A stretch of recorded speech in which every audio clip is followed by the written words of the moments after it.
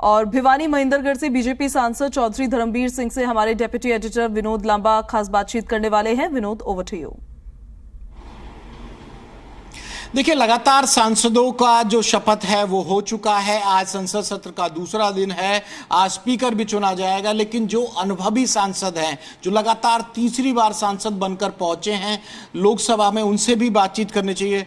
MP साहब, सबसे पहले तो आपको बधाई, बहुत बहुत शुभकामनाएं। आप लगातार तीसरी बार हैट्रिक बनाकर संसद में पहुंचे। कल शपथ ग्रहण हो चुकी है, वही पार्लियामेंट है, तीसरी बार आपका जाना हुआ। आपकी फीलिंग क्या है और आगे के लिए क्या टारगेट आपने रखा है कि हाँ, मैं तीसरी बार संसद में आया हूं शपथ लेके, आगे अपने प्रदेश के लिए, अपनी लोकसभा के लिए क्या करना है? केवल मैं ही नहीं, हमारा देश आगे बढ़ रहा है। हमने इस देश को 2047 तक एक विकसित देश बनाना है। ये देश के सभी 142 करोड़ जनसंख्या का धर्म व फर्ज भी है।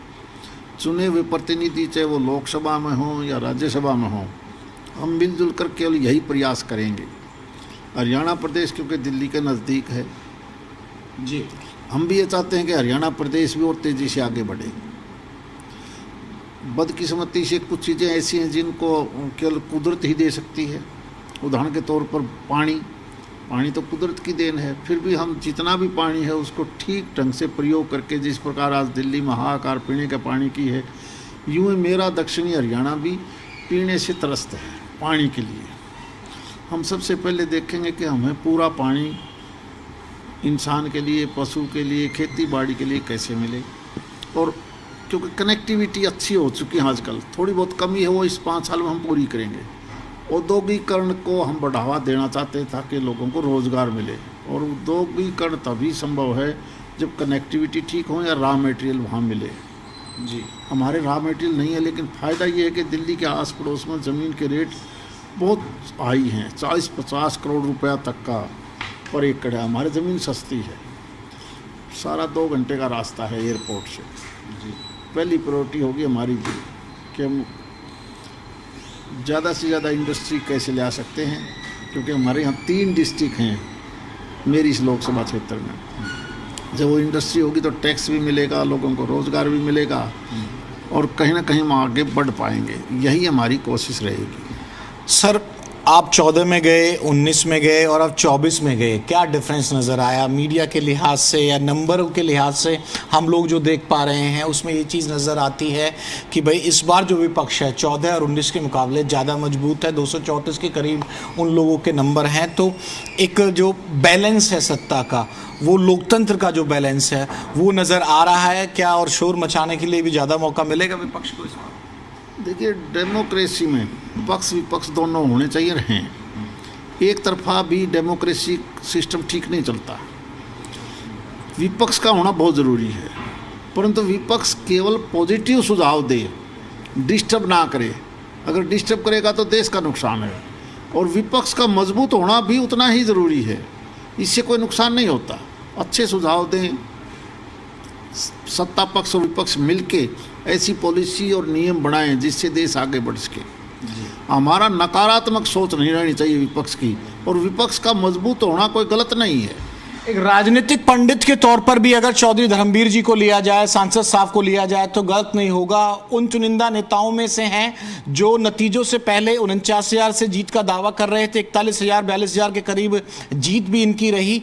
और इस बार ये कहा गया कि चौधरी धर्मवीर ने जो मैन टू मैन मार्किंग है और जो उनकी खुद की टीम है वो भी काफ़ी काम आई। ये एक आपकी और भी तारीफ है कि इस लोकसभा चुनाव में हालात इतने फेवरेबल नहीं थे भाजपा के, क्योंकि 19 में हमने देखा क्लीन स्वीप किया।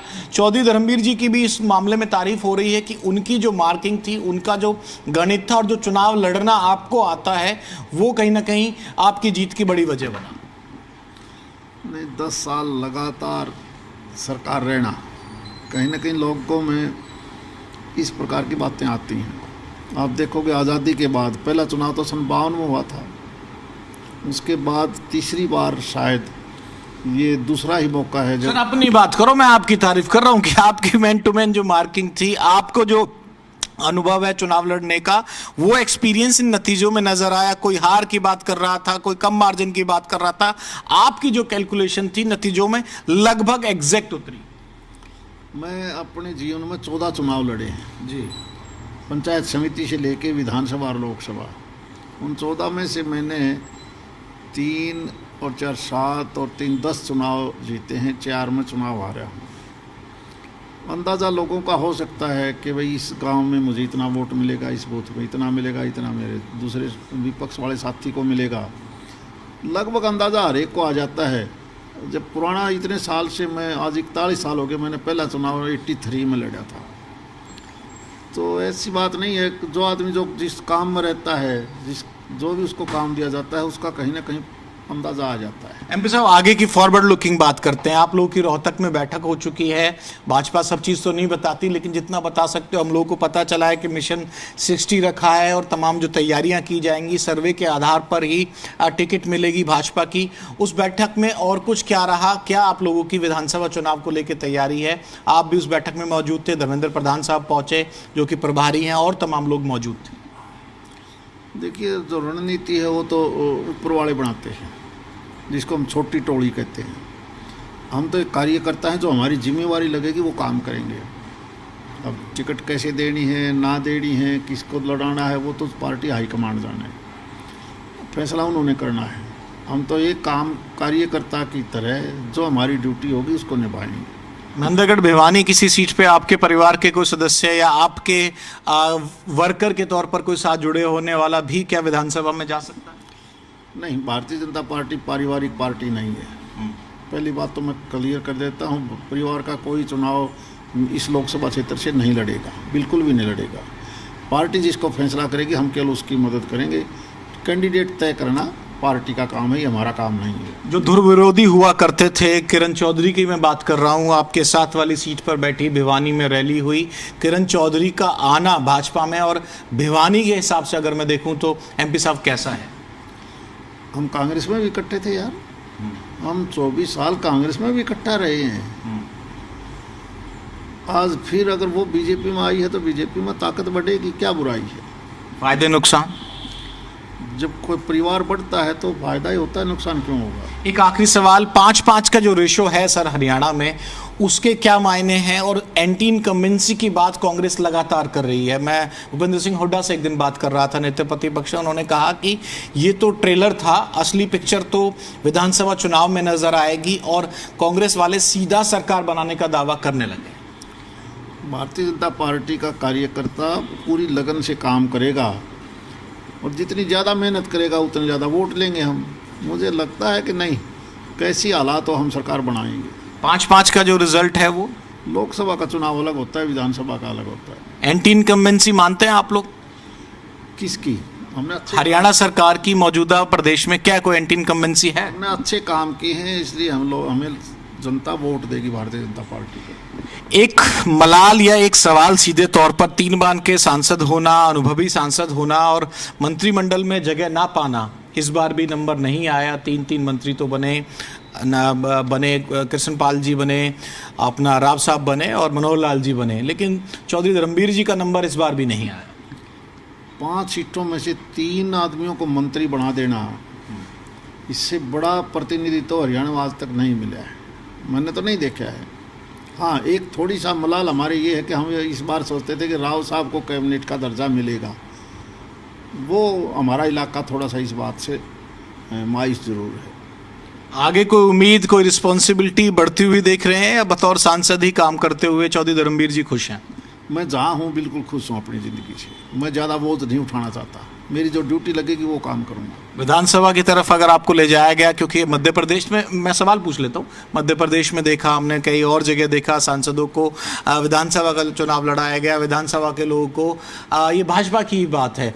अगर चौधरी धर्मवीर जी को कुछ ऐसा मौका मिला तो क्या उस और भी रुक कर करेंगे? मेरा लोकसभा के तौर पर ये आखिरी चुनाव था, और मैं ना विधानसभा लड़ूँ, बहुत चुनाव लड़ लिए।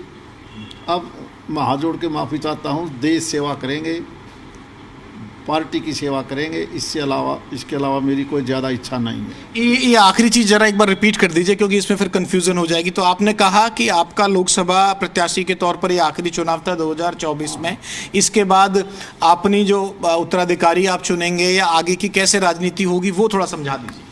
मैंने बताया, मैं आज 68 प्लस हूँ, 69 का हो जाऊँगा नवंबर में। 5 साल के बाद मैं तो 74 का हो गया, इसके बाद भी अगर मैं कुर्सी के चिपका रहूँगा तो मेरे से बड़ा बेवकूफ़ कोई नहीं है। हम आराम से भी ज़िंदगी जीनी चाहिए, सेवा करनी चाहिए। हमारे और भी बहुत से काम हैं, सोशल वर्क भी है, अब कुछ तो समय चाहिए सोशल वर्क के लिए भी। बेटा है, बेटा भी कहीं ना अरे कहीं। वो उनकी जाने, मैं इस चक्कर में नहीं पड़ता, मैंने अपना काम किया है। तो बड़ी बात सांसद महेंद्रगढ़ भिवानी ने कही है कि मेरा सांसद के तौर पर ये आखिरी चुनाव था और मेरी उम्र 74 की जब हो जाएगी तो सामाजिक कार्यक्रम में मैं कहीं ना कहीं शरीक होना चाहूँगा। और बेबाक बात करने के लिए जाने जाते हैं, और सिर्फ इकलौता मलाल भी अगर इन्होंने जताया तो ये कहा कि यहाँ राव इंद्रजीत साहब को इस बार राज्य मंत्री स्वतंत्र प्रभार ना बनकर कहीं ना कहीं कैबिनेट मंत्री बनाते तो उसका मलाल जरूर है। Over to you. बिल्कुल विनोद, और चौधरी धर्मवीर सिंह को अभी आप सुन रहे थे, बड़ी ही बेबाकी से उन्होंने हर एक सवाल का जवाब दिया है।